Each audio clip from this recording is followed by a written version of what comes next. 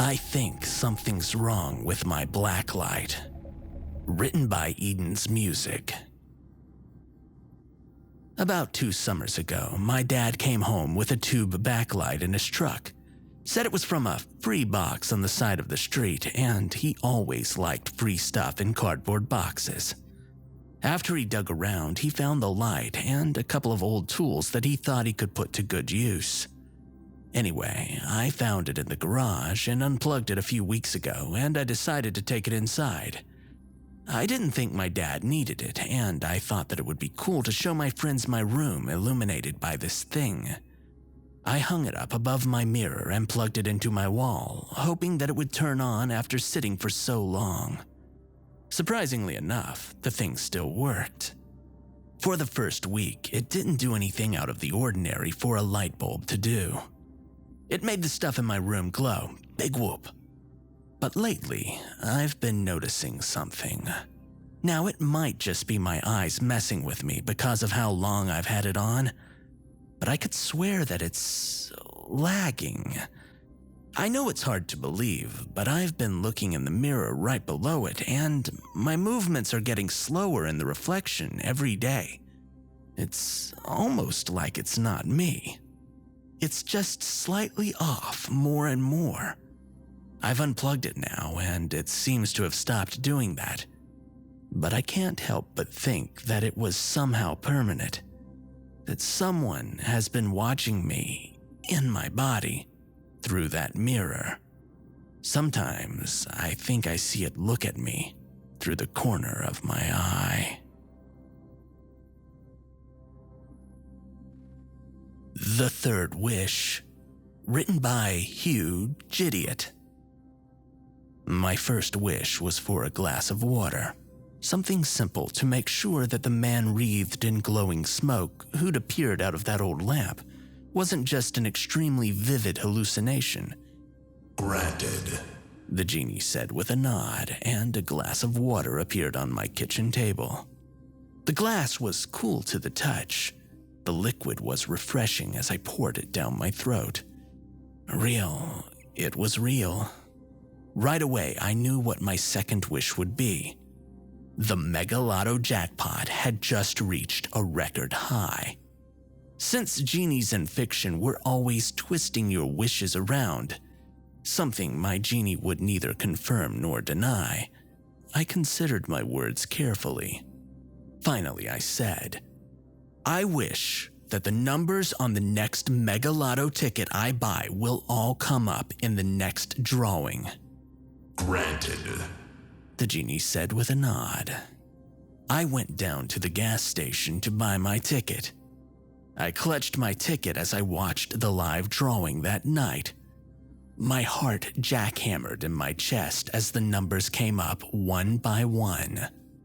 3 weeks later, after all the paperwork was signed and the promotional pictures had been taken, I was $700 million richer, and that was after giving Uncle Sam his cut.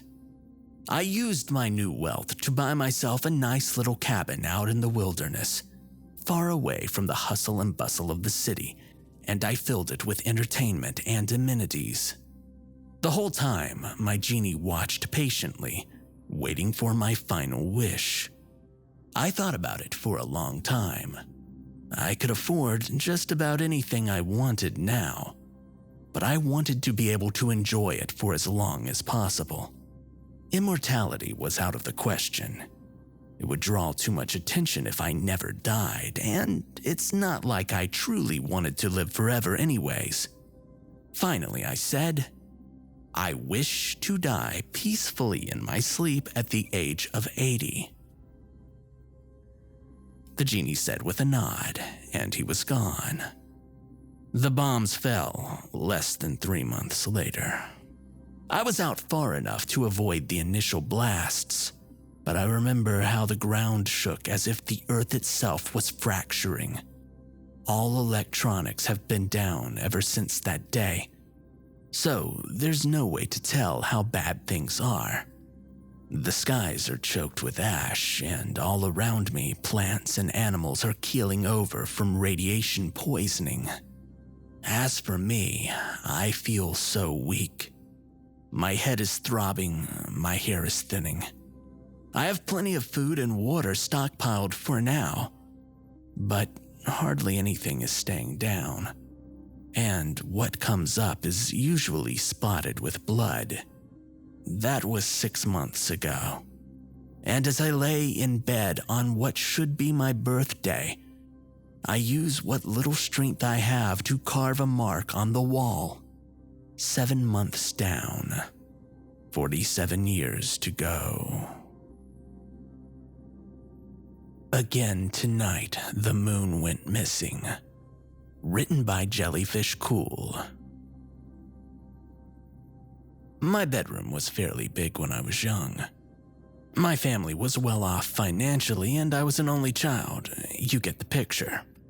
When I was still 8, we lived in a single-story house. It had tall windows which I loved. In my bedroom, the bed was right beside the window, making it possible for me to watch the moon until I fell asleep. In our neighborhood, the street lighting was bad, and as a result, during the night, the streets were almost completely dark.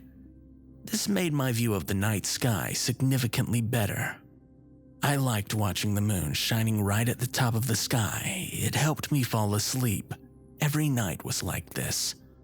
Until one day, I went to bed and the moon was gone. It didn't make sense to me. All the stars and the moon had completely vanished. Instead, the sky was completely dark. I tried to sleep anyway, but it was impossible. In the end, I spent all night lying awake on my bed, feeling anxious and scared.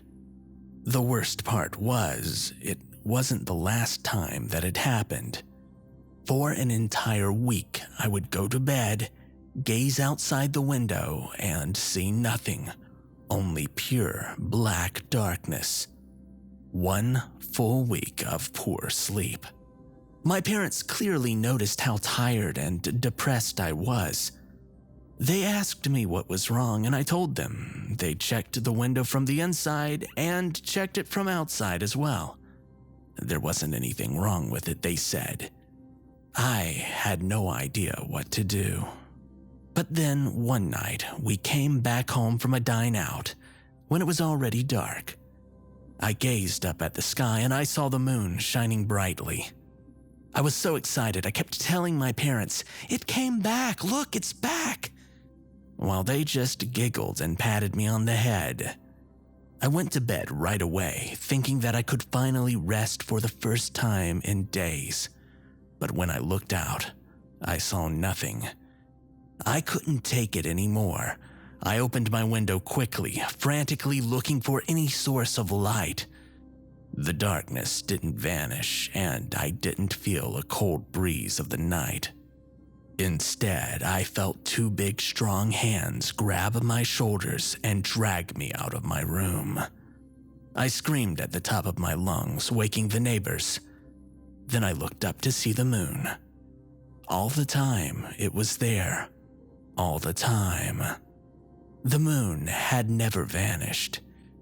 During all this time, it was him who was blocking the sight of the moon. Silence. Written by 69 Nice Bruh. Silence. Total silence. Alone at home. It was midnight, and it was total darkness. When he woke on the couch, he felt terror. He got up. He knew he was all alone in his house, but something was off. He got up and flicked on the light switch. "It's so quiet," he said as he tried to switch on the TV, but it only played static. He must have heard something in the other room as he was terrified, thinking that someone was in his house. That was probably when he went crazy. He got a large kitchen knife, as we can see from his fingerprints. He started flicking every light switch. By the time he had turned on every switch, he must have been completely insane, as we can see from the knife completely plunged into the wall. After flicking every single light switch in the house, he must have been drowning in white light. The quiet humming must have hammered the nail in the coffin. He died about an hour after waking up from a panic attack. Then it was total silence again. Silence.